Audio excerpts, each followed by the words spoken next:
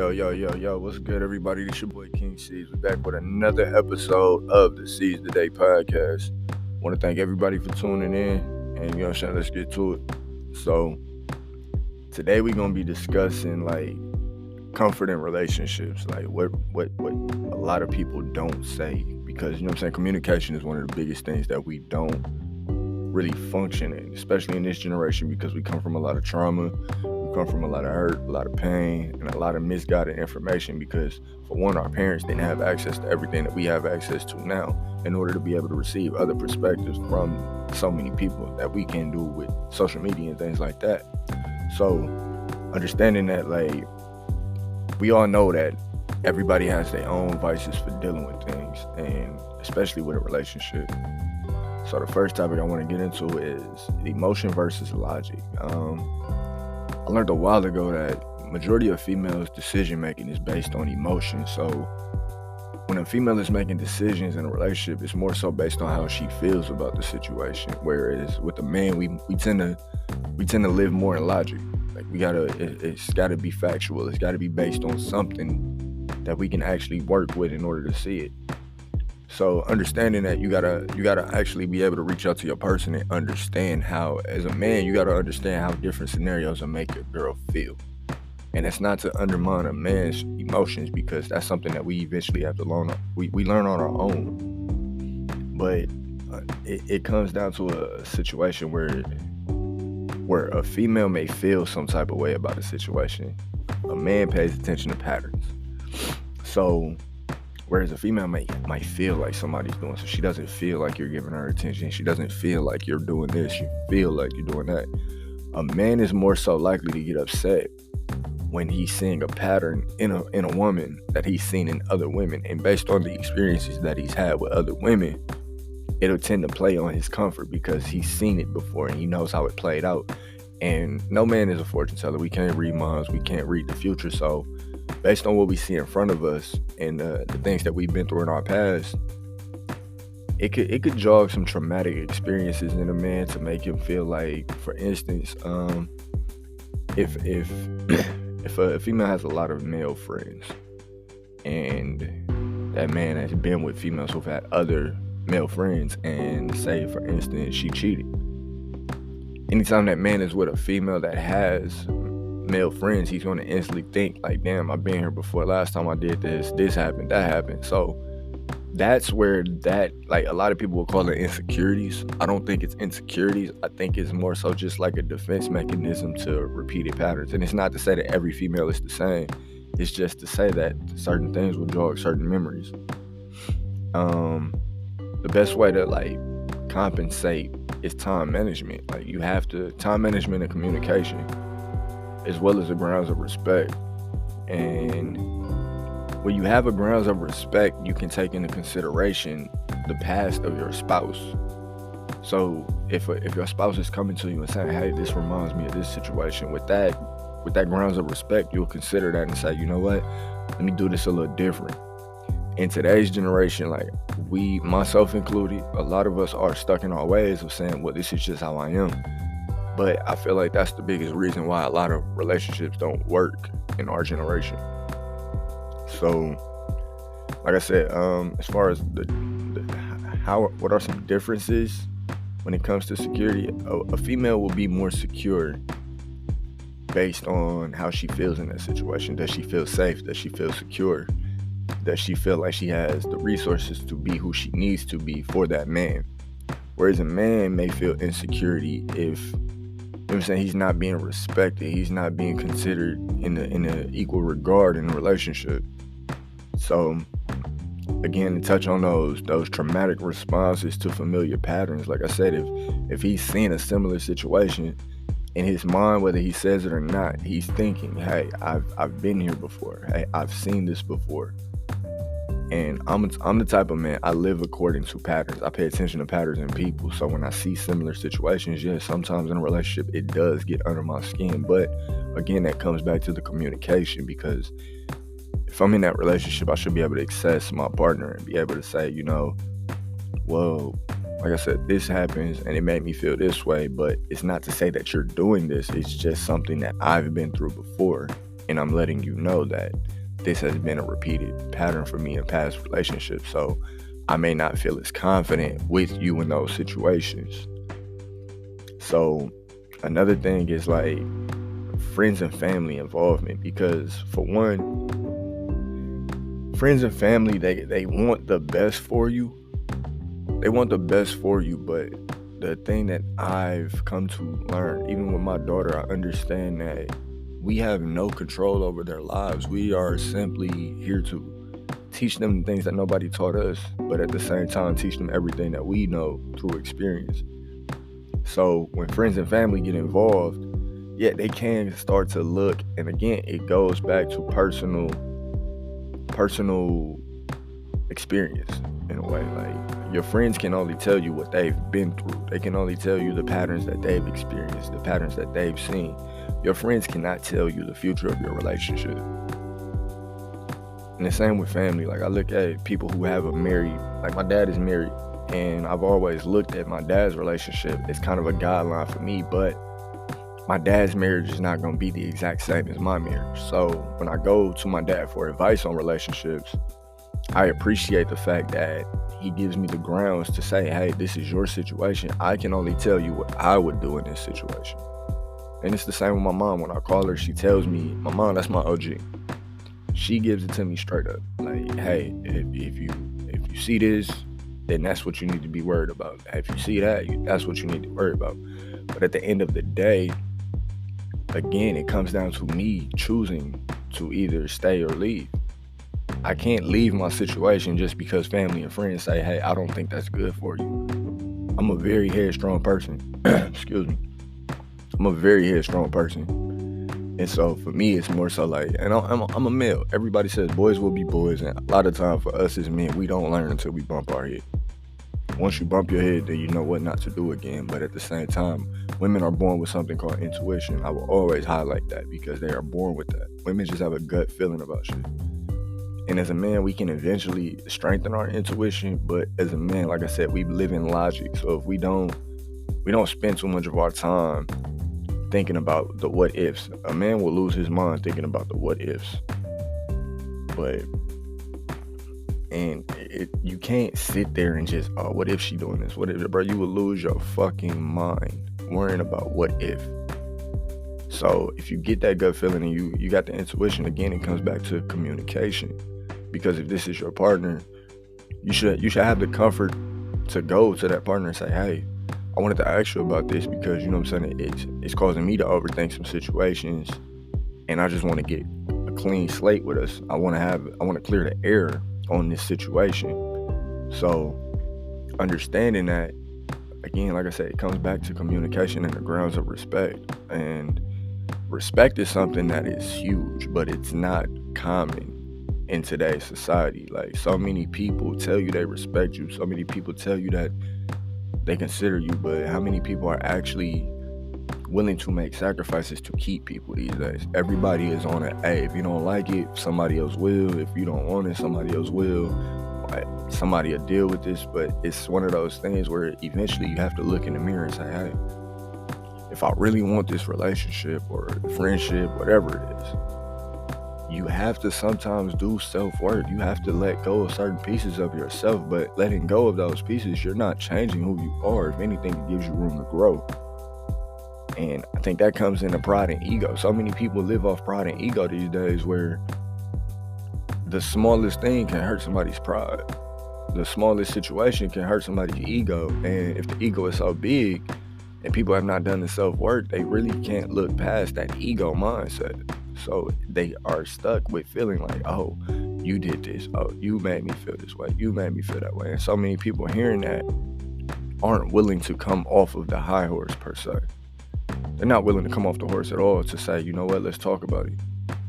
If this makes you feel that way, let's talk about what we need to do in order to make you feel more secure in the situation. Like I said, whether it's a friendship, familial relationship, or your spouse, like, you should be able, if these are people who you call any part of your life, you've given them a title, you should always have the freedom and space to go and communicate when something does not sit right with you. So in finding comfort in relationships these days, communication is the basis because you're learning this person. Nobody is ready-made. Nobody comes into a situation perfect.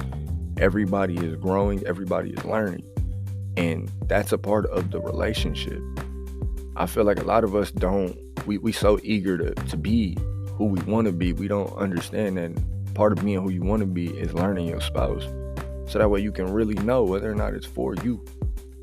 Now, if you find out that it's not for you, then by all means, in the relationship and pursue things that make you feel better. But if this is somebody that you love and care about, on the other end, if they're coming to you with an issue and saying, hey, this is something I don't like, this is something that you do that doesn't sit right with me, the immediate response nowadays will be, well, that's just who I am. This is why. We shouldn't be giving reasons on why we're doing toxic things. And I feel like once you get past the this is just me phase and you start to look at your spouse and you want to be better for them, you can have an open ear to say, you know what, I'm going to take into consideration what was said. I'm going to go ahead and make these changes. And again, that comes with dropping your pride and dropping your ego. That has nothing to do with changing you. That has nothing to do with controlling. That has nothing to do with any of that. Prime example, like I was in a relationship and the thing with me was she felt as if I was always telling her what to do. And I had to learn that. I have a very direct way of speaking. And it can come off as aggressive sometimes because of the tone that I speak in. And I had to learn how to kind of fall back on that. Like I had to learn how to be less assertive with my words and more comforting if I wanted to have access to having that communication with her. Because 9 times out of 10, if somebody is feeling threatened by the way that you're speaking to them, and it doesn't have to be a physical threat, but someone can automatically feel like you're trying to belittle them by the tone that you're using, and they say, hey, I don't like this. Okay, cool. Let me go back to the drawing board and figure out a way to better communicate with this person, especially if it's somebody that you want to keep around. And again, like I said, it's consideration. Like I can't tell somebody I want to be with them if I'm not willing to change certain things in order to keep them in my life. Nothing in your life is supposed to just be there and you continue to be you. This life is all about growth. It's all about change. Like you're not supposed to stay the same. You're supposed to change, and life will challenge you every step of the way. Everyone you meet is there to challenge some part of you. And we wonder why we go through so many cycles and so many repeated patterns. And it's because we're not willing to let go of these behaviors. We feel like, hey, this is what got me this far. I'm gonna continue to be this person. But in order to move on, being that person has got you this far. But if you want to continue and get further, you have to be willing to change. You have to be willing to change. Change is a part of life. Nothing ever stays the same. Everything is in motion. So if everything is in motion, that means your life is going to take courses based on your behavior and your attitude. Manifestation happens based on your mentality. And if you still have a stubborn mentality, then how much room are you really giving for growth? In a relationship, you have to be willing to grow. So again, to touch back, like I said, communication. If I'm not able to communicate with you, how are we ever going to properly secure a relationship, even to pursue a marriage or anything like that? Like, how do we step into this arena if we're both just going to be stubborn and I'm not changing for you, you're not changing for me? And again, this is a worldwide issue, and I think everybody can agree that they've been in those situations where they've told people, hey, this is something that I can't get with. And a lot of the time, those same people will tell you, hey, well, that's just me. And I'm guilty of that, because when I was ignorant to how I would behave, I felt like I was the best version of me, and I felt like this was the attitude that got me to where I am. But when you come into new arenas and when you meet new people, especially when you meet people from a different background, not everybody grew up like you. Now, the people that grew up in the same environment with you, they may understand a little different. They may understand it a little better. But for people who have not grown in the same environment as you, everybody grows up in similar environments, but nothing is the same. So you have to learn this person, and in order to learn this person, you have to be willing to actually listen. You have to put your partner first. You have to be willing to put your partner first when it comes to that level of consideration. You cannot sit there and put yourself first, because that is not an equal give and take. There's so many relationships in these days where I know old couples, like, they literally will tell you it was tough, but they're moving to 30 years married, 20 years married, 40 years married, and to even see that level of commitment alive in today's society it's a miracle to me, because so many of us are stuck in living in our pride and in our ego. Nobody is willing to really open up to be that sensitive, soft, loving human being that we all are on the inside. None of us are really hard body, bro. Your environment has made you hard body. But inside we all have, again, I always relate to that inner child. We all have that inner child who just wants to be loved. We all have that inner child that tells us, hey, I don't like it here. And the thing is, as a kid, and in certain environments, when you don't like it here, you don't want to be there. But as an adult, you understand that you can't always just make sporadic decisions and say, you know what, I'm leaving because I don't like this. I don't like what you've done. And that's not real love, if you ask me. That's not real unconditional love. Unconditional love is being able to take criticism and give criticism without faltering the relationship. So as we speak on that, like, it's securing the kingdom. Like, you have to make sure that your spouse is secure. And the thing is, like, us as men, we have to speak up when we aren't feeling as secure. A lot of the time we will bite the bullet just to say, you know, I like her, I'm gonna just deal with this, bro. Like, no, that's a lifetime of torture. And I'm not saying that it's every man, because there are a lot of men that are learning to communicate. There are a lot of men that are looking for that safe place to talk about the things that we've been through, to speak on the experiences that have changed our lives and how we can heal from them. And honestly, your relationship should be that safe place. If you can't speak to your spouse about things that in your life have affected you in a way that has affected you mentally, physically, whatever, spiritually, you're not in a good place. Like, you should always have that access to your spouse. You should always have access to go to your spouse and say, hey, I need to talk. I need to get some things off my chest. And it starts with, like I said, reciprocity. You have to give that space in order to receive that space. So as men, I would say, listen more in order to get her to listen more. Because when you give her the consideration, she will equally, if she loves you equally, she will give you the equal consideration. And that is how you secure the kingdom. You have to give one another that consideration and putting your partner first, understanding we are a team. It's not me against you against the world. It's not you living your life, I'm living mine, and we both just not, like, we're a team. So I have to know what I can do better. So as men, we have to speak up. And I feel like a lot of men, because we were taught, oh, emotions make you soft, we're not supposed to feel, we're supposed to be tough, you're supposed to be human. And understanding that you're human, you have to understand that there are certain things that you have to touch on, even though they might cause you to mentally go back. And sometimes you have to relive the past in order to heal from it. You don't have to physically go through it, but sometimes you have to sit back, meditate, and really focus on finding what caused the issues. At the root of every issue in a relationship, there is a source, and that source is whatever traumatic experience has altered the way that you initially dealt with things and put up that defense. Nobody comes into this world defensive.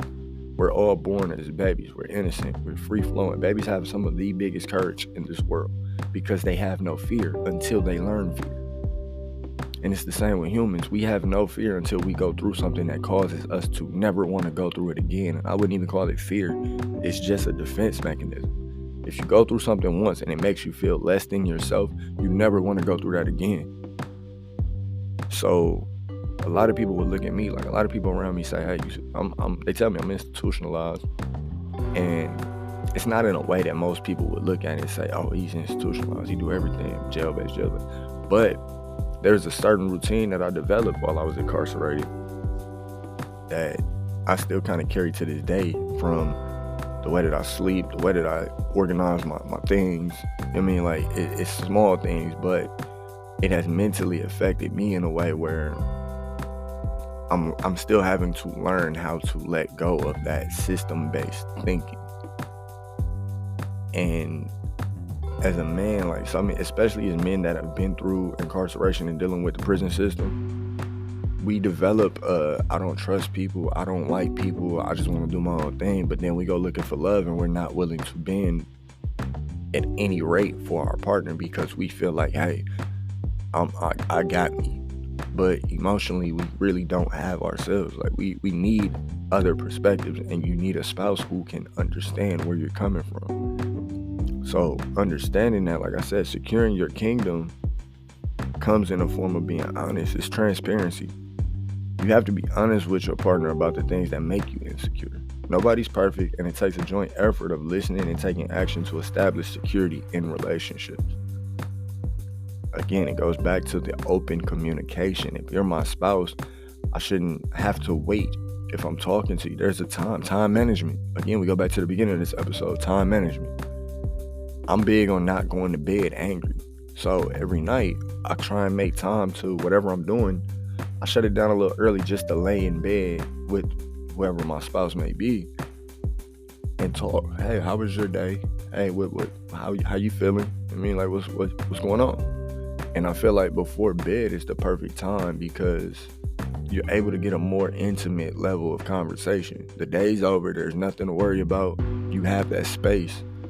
So I encourage everybody, bro, don't go to bed angry. If you have an issue with your spouse before bed, make sure that issue is addressed because you don't want to carry that energy over into the next day.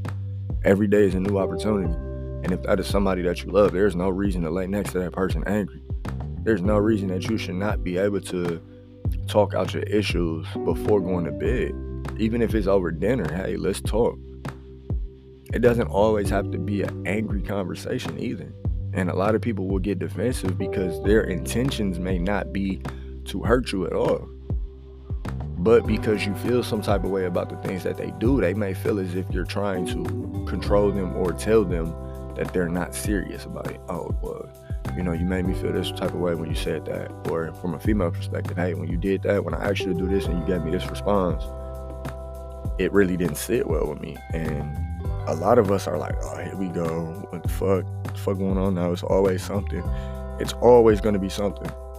It's always going to be something. I need people to understand that in relationships, there are always going to be those somethings. Whether it's small things, big things, there's always going to be some type of problem that needs to be resolved. No relationship in the world is perfect. But it comes down to self-love and the support aspect. Every human being loves themselves, and that's why we wake up every morning to clean and dress as we do. One thing I believe is overlooked in love is that you both need each other to feel better sometimes. It's not a need as if you die without them, but it becomes sort of a stabilizer. When you and your spouse are in a good space, life just feels better. Life just automatically feels better. And a lot of that starts with self-love, but not ego.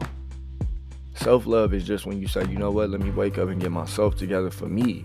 But at the same time, you understand that you have a spouse who's watching your every move. They're watching everything you do, and they appreciate the fact that you're able to take care of yourself in that way. I mean, like, it comes down to, if you love yourself, you're not going to put yourself in situations to lose the things that you love. So self-love is when you choose not to put yourself in circles, when you choose not to do certain things, not just for the respect of the relationship, but out of respect for yourself and understanding that you are a reflection of your spouse. If I'm in a relationship, I don't want people looking at my spouse and being like, oh, that's his girl. Like, that's how they really look at it. Like, if people know you out here wilding, they're gonna look at your spouse like, bro, what are you doing? Like, absolutely. Like, what are you doing? Like, why are you allowing this? Like, how much do you love yourself to even let something like this be going on and you just taking it? Like, and it's a time and a place for everything. That's why I said time management. It's a time and a place for everything. Like, it doesn't always have to be. You can start your morning off that way, talking. You can end your night that way. You can have lunch. You can text, but make sure that you're not causing stress to your spouse in their environment as well. Like, a lot of us when we were younger, like, it automatically, and I'm like I always say, I'm guilty of it. I will admit that. I get upset about something I hear, something I saw, and I'm instantly, you know what? Let me text her right now, and I'm finna let her know how I feel about this shit. Not realizing, bro, she might be at work. So while you sending this message and you sending these emotions in this text because you're upset, she may be in the best mood, but when she reads that, now it's killed her mood a little bit. So now her day is messed up. So when you get home, guess what? She's blaming you for her day. No matter what, even if it was a million other problems that happened, the fact that you were not able to give her the comfort and space to feel confident, you had to address that issue there. It made her feel some type of way because now that's all that's on her mind. Whenever your spouse reaches out to you and says, I need to talk, you 9 times out of 10, your mind is going crazy. What the fuck happened now? What's going on? What the hell did I do? What the hell did she do? What the fuck is going on? And for our generation, we weren't shown proper love in the majority of our situations growing up. So it's instantly a fight or flight? Yeah, fight or flight reaction. Like, do I fight for the relationship or do I leave? And a lot of relationships, honestly, are falling apart because of the smallest things. There are other relationships that are falling apart because of ego, because of pride, lack of communication. But that's what causes the the discomfort in the relationship. Because there's no communication, there's no trust, there's no honesty, there's not any type of foundation. A lot of us are jumping in relationships just dating, but then we're not being open and honest and telling ourselves, hey, are we actively pursuing a committed relationship with this person, or is just somebody I like to hang out with? Are we actively thinking about marriage to this person? Because if that's the case, you need to get to know that person. A lot of us have certain things we don't want to hear, and we have to drop that, because when you meet new people, they come with new experiences, and you have to be willing to listen to those experiences in order to learn that person. So, you know what I mean? It becomes sort of an airbag mechanism. When you hit a brick wall, your person is there to keep you protected from all your negative thoughts and pains. But if you don't have that communication, or you feel like you got to go through things on your own, how much do you really love and trust your spouse? Like, if you going through a struggle and you can't access your spouse to say, hey, this is what I'm dealing with and I need you, you have a problem. Because that's not what a relationship should be built on. A relationship should be built on trust, honesty, love, and commitment, and helping one another. Ultimately, you're two individuals that are agreeing in this lifetime to help each other for that duration of time, whatever it is. It might be forever, it might be 2 years, 3 years, it might be a month, but in that whatever time span it is, you're actively helping this person be better. So you have to learn where that person is. You can't have expectations for that person without first knowing who that person is, what they've been through, and it'll help you understand why they are the way they are. But so many of us have this idea of what our kingdom spouse is, that we don't care to look at the flaws of that person and help them heal. We just look at them and expect for them to act a certain way, for them to talk a certain way, for them to be a certain way. And that's just not how it works. You have to learn that person. That's the only way marriage stays successful, is if you learn your person. I don't know if anybody is, I tell everybody, if one thing that couples should do, read the 4 Agreements together. 4 Agreements is an amazing book, and it definitely helped me understand myself, but at the same time, it helped me build better relationships with other people.